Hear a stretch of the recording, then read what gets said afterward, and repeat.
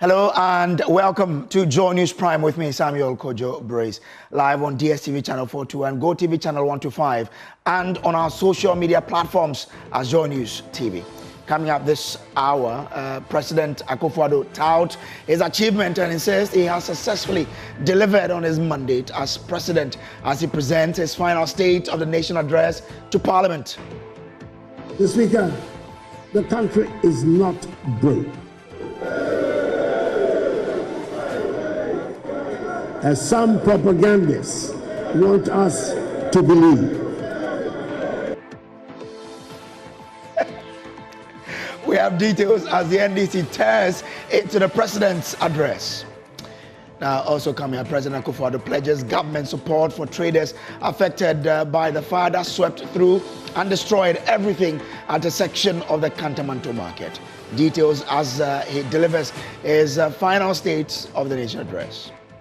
Deeply saddened by the devastating fire at Kantamanto market, which took place yesterday, and has left many traders and their livelihoods in ruins. My thoughts and prayers are with those affected. We have more as affected traders of the Kantamanto market fire begin rebuilding their stores in an effort to prevent authorities from redeveloping the market after thousands of shops were destroyed yesterday.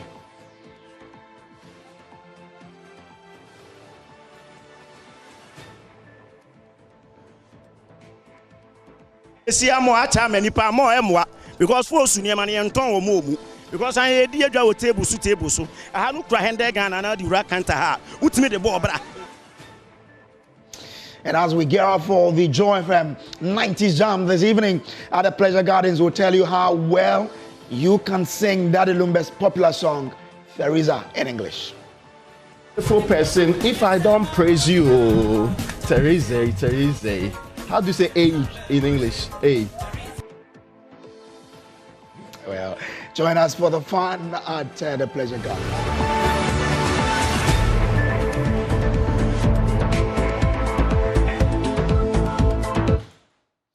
Well, let's start off from the President's State of the Nation address. President Akufo-Addo says he has successfully delivered on his mandate as president as he delivered his last State of the Nation address today. Now, the president touched on a number of sectors he believes his government has achieved success in as he prepares to exit from office next week. From free SHS, security and economy were among the big themes he touched on. Parliamentary Affairs correspondent Ashanti sat through proceedings and our reports. The Ghanaian people as president has been the greatest honor of my life. President Akufo-Addo's 8-year tenure is now at its end, and he had to account for his stewardship. But before that, he spared a minute for the victims of the Kantamanto fire disaster. Mr. Speaker, before I commence my message on the State of the Nation, I want to put on record that I am deeply saddened by the devastating fire at Kantamanto market, which took place yesterday, and has left many traders and their livelihoods in ruins. My thoughts and prayers are with those affected. The president believes one of his biggest achievements has been the security of the state. The first responsibility of a government is the safety and security of the state and its people. I'm happy to report that our country's territorial integrity is intact and all our borders are secure. The president then goes on to address what many consider a blot on his presidency, the thorny issue of illegal mining. In my inaugural speech at my swearing in my first term on 7th January 2017, and early on in that term, I made a public commitment to tackle galamsey, the phenomenon that had been ravaging our environment and destroying our lands and water bodies in the pursuit of mining our gold. I knew and was very much aware that fighting galamsey was not a universally popular position for a president to take. But I felt strongly enough about the need to protect our environment to say I was prepared to put my presidency on the line in the defense of our lands and water bodies. And indeed, Mr. Speaker, The fight against Galamsey led directly to the loss by my party of several parliamentary seats in the 2020 elections. But his government's flagship program has been the free SHS policy. The president is abashed about how it has transformed the country's education sector. I believe this is one of the rare occasions on which we can use the word transformational without any danger of abusing the word. We have transformed education, and there can never be a reversal, of the fact that some 5.7 million young people have gained access to secondary education. But the NDC has not been at all impressed with the president's performance. Emmanuel Amakufibua is deputy minority leader. Mr. President, you left something very important in your account. You left out an account of your promise to God to build him a cathedral. Mr. President, let me remind His Excellency, Honorable Speaker, that his tenure in office will remain a timely reminder of how not to govern the country. But let me also be quick to assure the good people of Ghana that hope is on its way. His colleague, the majority leader, Alexander Afenyo-Markin, believes posterity will judge the president fairly. Today, all those who could not get free SHS benefited from it when Akufo-Addo assumed office. Mr. Speaker, TVET was also implemented for those who are placed at the lowest ebb of fortune's wheel to also get advantage of getting technical education. This is it, Mr. Speaker. Posterity will be the utmost judge. And I repeat, soon and very soon, the Ghanaian people will see the true colors of this umbrella. I rest my case. Thank you, Mr. Speaker. Former minority leader Haruna Idrisu also tore into the president's address. You have a limited tenure, and he's exercised his mandate in the last 8 years as President of the Republic of Ghana. What Akufo-Addo has done cleverly today is to share what he describes at his level as his proud records, but is a missing link of a puzzle, which record have so been rejected by the Ghanaian people. So there is something more that we all need to interrogate, that something probably went wrong. Whilst he is eulogizing his achievement, but at least he was sincere to admit that he's leaving a debt of 761 billion behind when he inherited 120 billion. So Ghana today, an enduring, resilient democracy in a fragile economy of disappointed Ghanaians, trusting that John Dramani Mahama will come and end their hopelessness and despair. But Minister for Creative Arts, Andrew Ejapamesa, disagreed. So the data sets that His Excellency the President provided clearly speak to themselves. Okay, and these are not data that he generated. These are data that is coming from the Statistical Service of Ghana. And of course, if Mr. Amabua or anybody from the NDC has alternative data, let them put that across. The fact is that we have gone through challenging times as a country. And His Excellency the President, in delivering the State of the Nation address, alluded to the challenges that we've gone through as a country.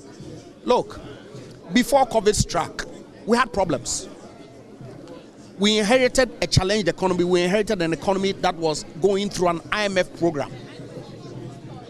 It clearly said that there was something wrong with our economy. That's why Mr. Mahama went to the IMF. What was the reason? The ultimate judges of President Akufo-Addo's tenure are the citizens of Ghana. And as to whether they expressed that in the December 7 election or not, President Akufo-Addo believes he has successfully carried out his mandate, and he hopes future will be kind to him.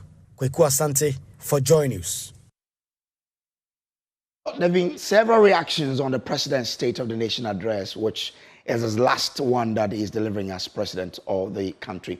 But some traders in the Ashanti region have also expressed disappointment with President Akufo-Addo for failing to develop the Ashanti region as he delivered his final State of the Nation address Friday to Parliament.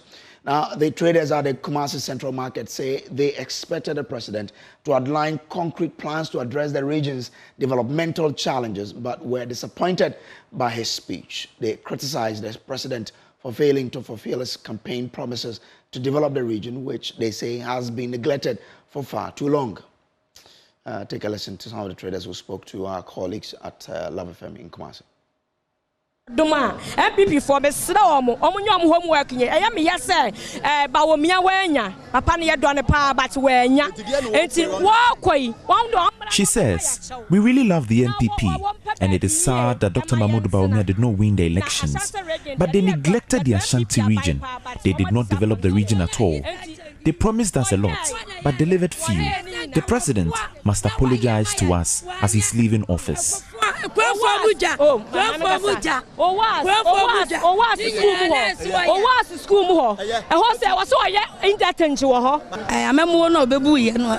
Ashanti Region odi yehwamo overhead aswame overhead wa nye asko ayi anwunaga overhead okaso obeye wa nye Ashanti Region ade ye pay dwadie Central Market kakraka wa bebubu egu wa anya anwie me yanko ye gugu ka kwa mu saa ne eto ade e se ke mefo betia ba sie so abepam ye ne efa ma ne ebre enti yesra no ho ne de wa amoa yen to okono onka mi bi ncha do de na chija no no me yesa anwuma no ma ne ye ho ntoye enti na na do wa baby ya da na se wa me ye manum bi. She says, Nana Akufo-Addo has done a lot for us. I am appreciative of his policy initiatives. He has taken good care of our children in the free senior high school. The president has done well. Ghanaians are grateful.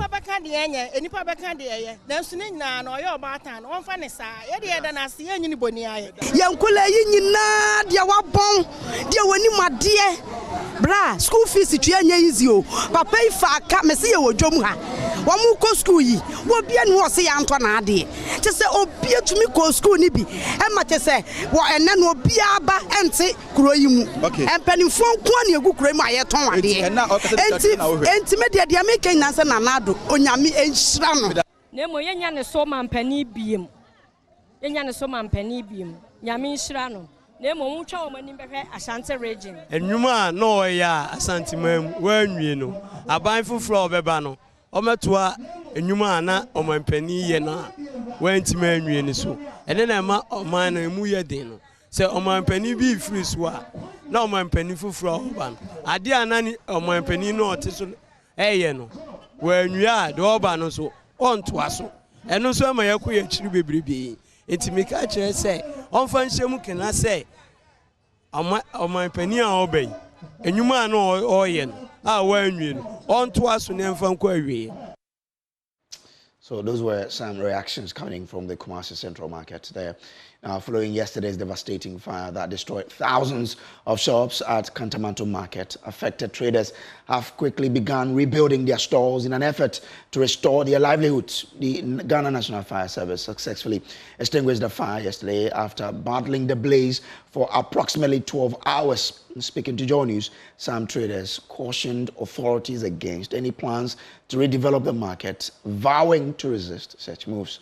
Collins Frimpong reports.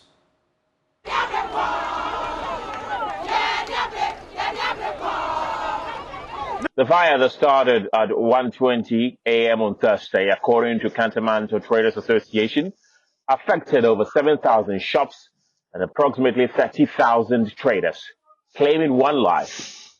The National Fire Service battled the blaze for over 12 hours before successfully extinguishing it. However, less than 24 hours later, traders have already started rebuilding their shops in a bid to prevent authorities from redeveloping the area.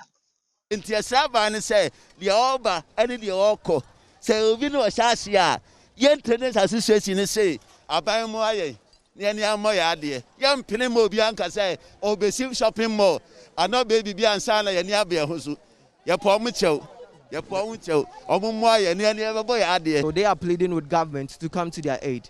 According to him, when it happened in 2013, government supported them.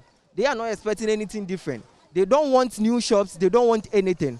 All that they are pleading is that they want government to support them. Kantamanto ani etete me. Ana mi sister na me wo famu nyina ye dey. E wo bad yes ye nya esie wi. but kakra betimi so aka ere atre abamu mpanimfo ene yetitu omo Ghana ha no say fine enye asi na emom de yetete ene ne enam esuase ene ne yebi aso no yagidi say enye sa nete but I say na pamo ho aha pamo ho because your baby a mo yedi mo odwa ena yen Ghana fo no so no yen your baby a yeto ya de ne baby yedi edwa because mo ebi wo Ghana ha bebre but wo kwa abusan wo say nipa dodo say ne gumo ho but Kantamanto eni pa echi wo mo ne nipa ketwa so what you see because population where offer long shot to see na hwe megu a metima ka tro say about the 50% ne bi omu okunu 85 ni nyina ni kunu Kantamanto na etete wo mo beto mu kura nkola 2 ne 3 but e bia mo wan say bia mo besi am acha manipa mo emwa because for osu ne ma ne nton wo mo mu because an e di adwa wo table so aha no kura hende Ghana na di ura kanta ha utimi de bo bra. The chairman of the Kantamanto Traders Association, Samuel Amo, is also urging authorities to assist the affected traders to rebuild their structures. We know the government, the MPP or the NDC or whatever will be in power that will help us. But we ought to help because the saying is, having helped those who help themselves. So we are helping ourselves. And we don't expect, we know the economy cannot cater for everything. Collins Frimpon for Joy News. This is Joy News Prime. We'll take a break here. We'll be back with more stories, so please do stay.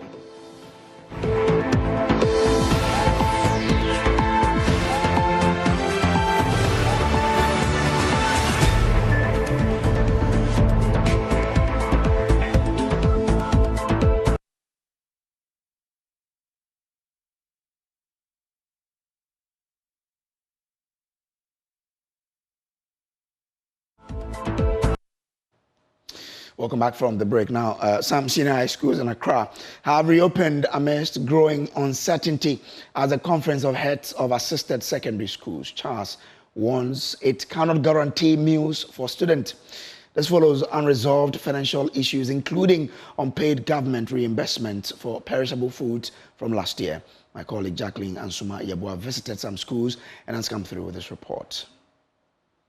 Despite a strong appeal from CHAS to Ghana Education Service to reconsider reopening schools until these issues are resolved, students across various senior high schools in Accra reopened today. Today is 3rd January. I'm currently at the Dogono Senior High School, visiting some other senior high schools in the area to find out if indeed schools are still reopening. And lo and behold, we have some of the students still reporting to school. So I want to get interactive with some of the parents to find out if indeed they heard what CHAS said or what CHAS told GES, and also to find out if they made any preparations for that. But then before this, I spoke to teachers, some of the school authorities of Camera, and indeed students are reopening today. Most of the students are expected to come to school today, and that's 3rd January. So let's get to speak to some of the parents around who are bringing their wards to school. We are on the platform,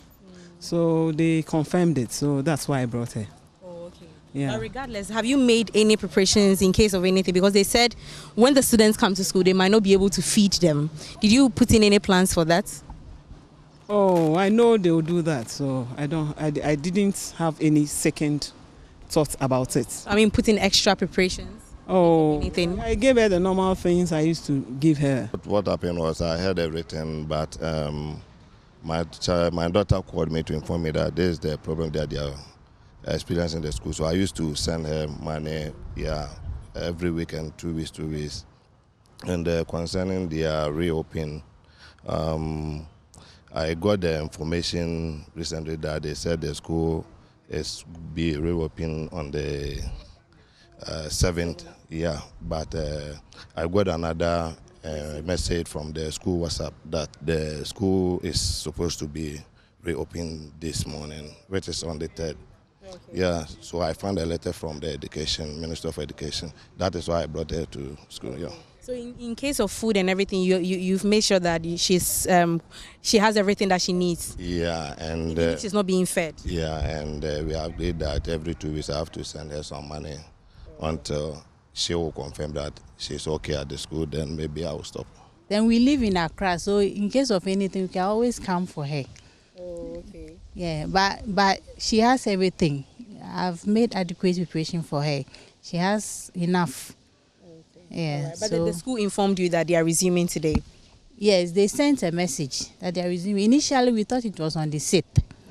Yeah, but we were told this week that it's rather 3rd. But 6th is for day students. So we were prepared. So whatever that happens. Meanwhile, Charles maintains that the situation remains dire. The association had earlier cautioned that without financial support, schools might struggle to provide basic necessities like meals, a critical component of boarding school life. Well, if Ghana Education Service is saying that school is going to reopen, we've never had any argument about who has the power to reopen schools. Our stance is that if schools are going to be reopened tomorrow, and as of today, schools have not been given money and food, we still have the view that the students can come. We are not going to lock any dormitory or prevent any student from coming. But in an instance where schools are unable to feed their students or to buy materials and other things to run the school, if in the event that it's unable to happen, there's nothing, I don't think anybody can blame us for that. Like St. John's Grammar School, currently we are at Achimota School and students are reporting to school. We spoke to the headmaster off camera and he says that students have been reporting since morning, but then usually here at Achimota, most of them will be coming right after 2 p.m. It's now 2 p.m. We still see some of the students trooping in. I don't usually know how they come in, but then we've seen some numbers. Speaking to some parents too, they're of the view that they are well prepped up for whatever thing that happens. At Odogono, that was the same thing, but at St. John's Grammar, there was no students in sight. We spoke to the assistant headmaster academic, and he said that only one student is here, and they are hoping that the students would report. Reporting for Joy News, I'm Jacqueline Ansuma Yeboah. Well, we'll keep an eye on how this is developing and we'll bring you all updates that we do get here on the Joy News channel. Now, what began as a desperate fight against financial hardship has blossomed into a story of triumph and inspiration. A beneficiary of the Multimedia Group Limited's EduCare Trust Fund, Roland Desari's dream of becoming a medical doctor seemed out of reach just a few years ago. But today, thanks to the scholarship scheme, he stands tall in his white coat, ready to serve. My colleague Jacqueline Ansuma Yeboah has more in the following report. Roland Asari. Roland's journey began on September 24, 2018, when he was selected for the EduCare scholarship. At the time, his education was at risk due to severe financial challenges. EduCare, a corporate social responsibility initiative of the Multimedia Group Limited, supports brilliant but needy students, ensuring that financial barriers don't stand in the way of academic success. Reflecting on his journey, Dr. Roland Desari shared his motivations for pursuing medicine. To be a medical doctor has always been a dream for me since childhood days. Yes, the ultimate goal of becoming a cardiothoracic surgeon in the nearest future. He expressed deep gratitude for the scholarship, emphasizing how it changed his life both academically and personally. Whole medical school program is a very tough one. It requires a lot of financial commitments, yes, and even aside the fees you pay annually, the various things that goes into the day-to-day stay in medical school is very demanding, and EduCare has been a relief, most especially with the timely nature of releasing the funds. It made sure that during my stay over the 6-year period was to a large extent hassle-free, and so even before the academic year begins, I have a clear state of mind to just zoom in and achieve excellence. I got to know of it through a motherly figure at church, yes, and yes, I applied, and by God's grace and their careful consideration, I was selected. Now, looking back, what does this mean to you and your family? Looking back at it, this means a lot to us because without the support, both financially and otherwise, we received from the EduCare Scholarship Foundation, this dream of becoming a medical doctor wouldn't have materialized. Right now, I have the mentality that in as much as I've also received benefits from this, I must also give back to society, because there are a large number of us who also have various aspirations, and yet because of financial constraints, they are unable to pursue their dreams, and so the onus is upon me to also extend helping hand to others. Dr. Asari's success is not only a proof to his perseverance, but also a source of pride for his mother. Fighting back tears, she recounted the struggle she faced trying to support her child's education. I am overjoyed today and cannot express enough gratitude to Multimedia Group Limited for their pivotal role in my son's journey to becoming a doctor. When he received his admission, it was a challenging time for me. I sought an assistance from God, and with the help of a church member, we reached out to MGL. Receiving the scholarship was a tremendous relief during such a difficult period. From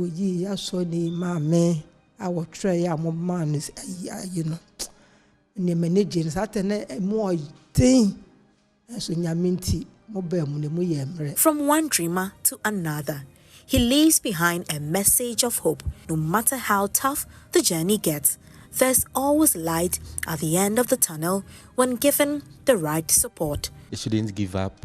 Yes, they should still stay focused on their dreams. Definitely there would be light at the end of the tunnel, and so they shouldn't give up on their dreams. They should still hold on firm to God too, and all will be well. For Joy News, I'm Jacqueline Ansma Yapowa. Beautiful story, and congrats to this guy for what he's been able to do. The best to you out there if you also are dreaming on the same line. Away from that, Nandom legislator Ambrose Dery has argued that one of the reasons he lost his bid for a third consecutive term in Parliament was his reassignment from Interior Minister to the office of the President as a Minister of State. He notes that despite assurances from President Akufo-Addo and his retention of cabinet status, the change did not sit well with his home constituency. According to him, the people of Nandom perceived him as a lame duck, demoted, and a powerless figure. The former Interior Minister was defeated in election after 3 terms by the former Director General of the Ghana Prison Service, Richard Kuri. Ambrose Dery made these remarks while interacting with the media during an annual New Year party held for his constituent at his home in Kokoligu. Joining us is Upper West Regional Correspondent Rafiq Salam reports from Kokoligu. The former Interior Minister, Ambrose Dery, for close to 2 decades, has been the face of Upper West Region's parliamentary politics. He loves 2 and won 3, ingraining himself in the hearts and minds of the people. On all 3 occasions that he won, the party's presidential candidates never won. They only experienced an appreciation of their votes. Ambrose Dery has brought sea of unparalleled and unmatched development to the region, particularly Nandom, which has improved the economic well-being of the people. Communities that research has shown during the days of yore will never get the luxury of the national electricity grid unless the intervention of God, because of their scattered settlement, today has the entire municipality connected to the grid. Roads that were deplorable in the municipality have now been given a facelift, majority now having bituminous surfaces. Ambrose Dery therefore went into the 2024 elections in Nandom with lots of hope. It however did not pan out to his expectation. He lost the Nandom parliamentary seat to arch-rival Richard Kuri, a man he defeated on 2 previous occasions. The defeat of his party, MPP countrywide, was massive, which he agreed with the national chairman of the party of a need for a review. For him, however, his defeat may have hinged on several issues, but 2 things he could spot on was a reshuffle as Interior Minister to a Minister of State. Though he still held on to cabinet status, but in the eyes of the Nandom people, he was lame duck, demoted, and given a name. I at my level didn't think it was a big deal. because the president has assured me and I continue to be cabinet minister. But when I came back home, they gave me a name, Bang Bar. That means that my power was finished. And their position was that they've known that the president and I have been very close, and the president has shown his confidence in me.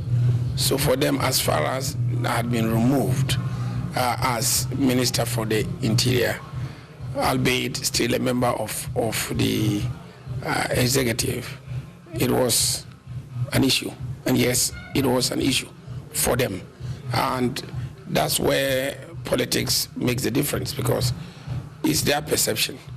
Even if you think that being cabinet minister is, as far as they are concerned, Minister for the Interior and Minister of State were not the same thing. Next was the massive support the paramount chief of the London traditional area, now Professor Edmond Delechiro VIII, allegedly lent to the NDC flag bearer John Mahama at a political rally the former attended.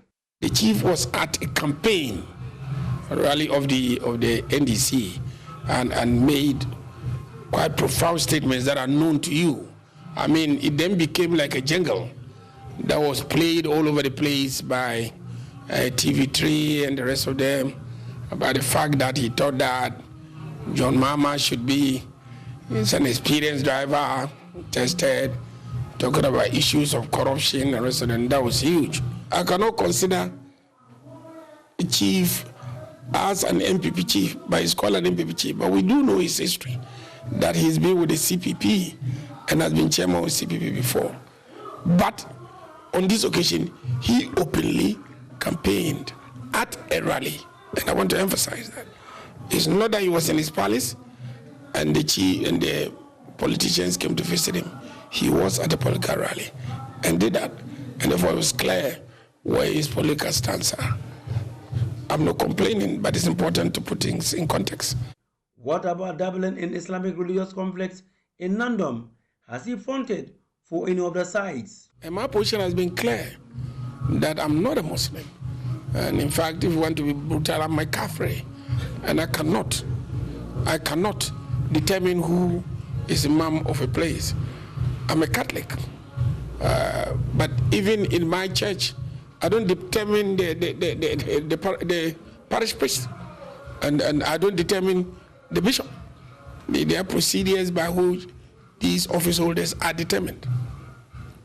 So yes, people can have their own views and idiosyncrasies about things, but the fact remains that I have not influenced the appointment of any other person apart from the person I met and is the person that I have left in office.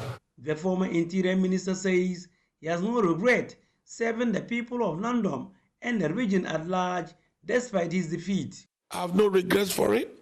I'm happy that I did it. I wish that the politicians who have taken over will continue to do same and more. And no regrets at all. No regrets at all. Except being grateful to God for giving me the opportunity to do what I did, and glory is God's. Reporting for J News, Rafik Salam, Kokoligu.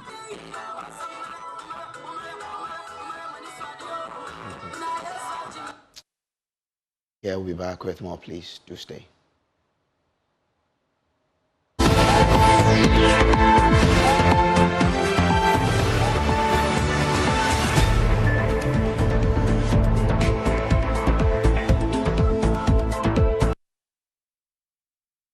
Well, welcome back. Now there's news coming in from the camp of the president-elect, John Dramani Mahama, as he appoints a 6-member interim national security coordinating team.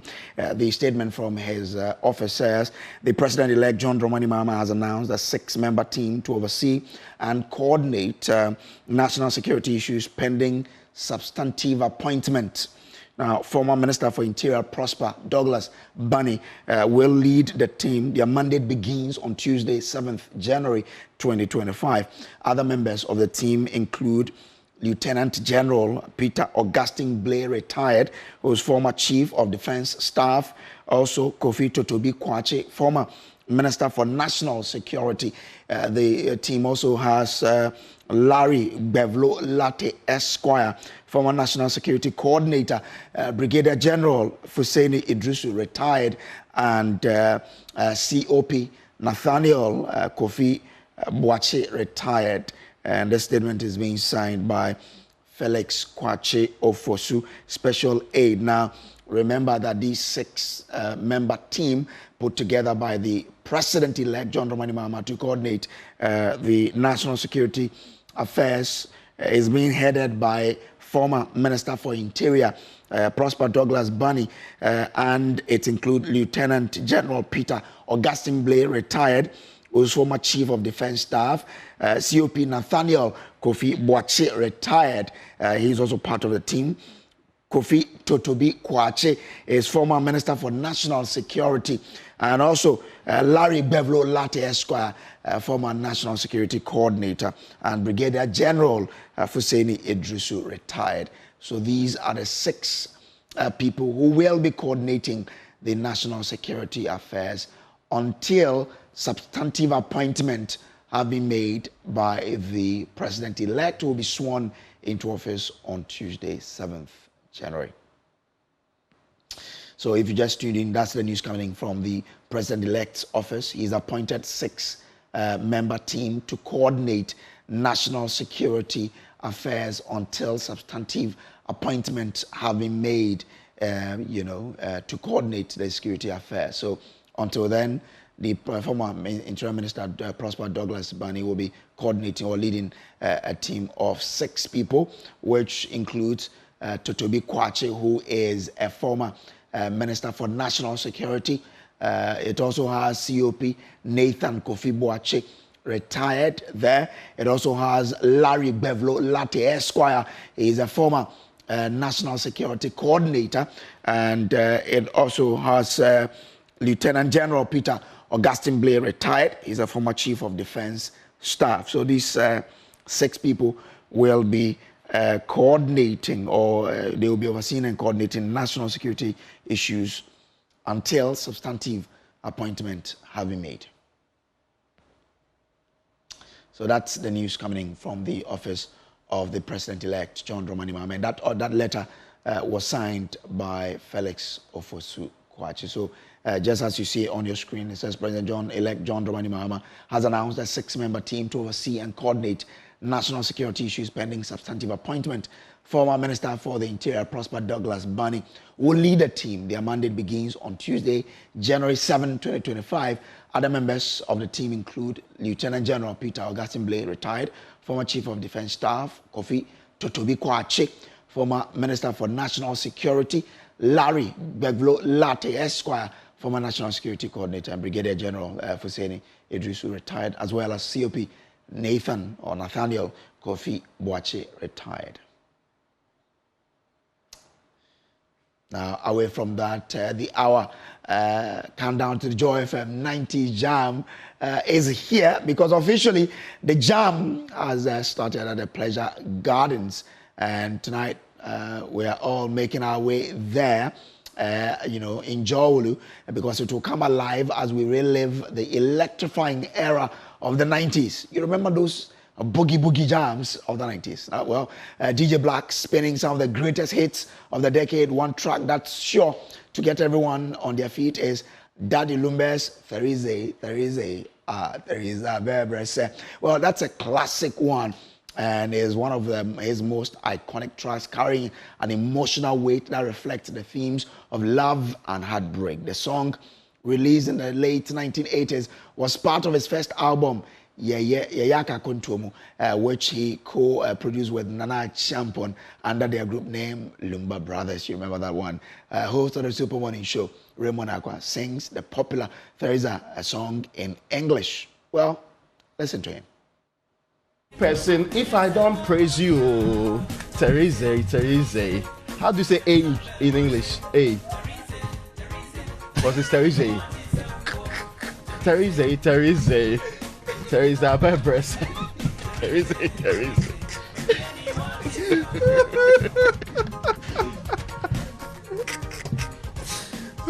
I'm done, right? No. No, this Verse house 2 is coming. So as Nana is alive, I will never starve. No, this one I will not go thirsty. If I ask for water, she will bring me alcohol. Oh yes. When people do good things, they deserve. No, I should be singing it. No, okay. I think that's where the problem is. That's where the problem is. You are rapping it instead of singing it. No, the English version is a bit tricky. That's the problem. Okay, so you want to sing it in Chi? Are you ready? Yes. Okay.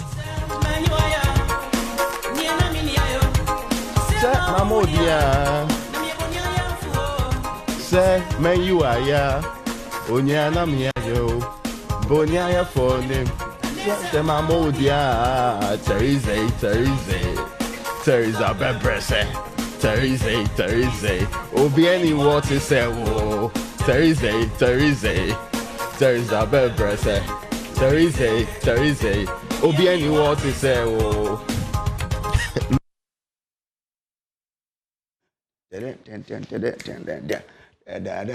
So yeah, you know what? That's what is going to happen at the Pleasure Gardens tonight.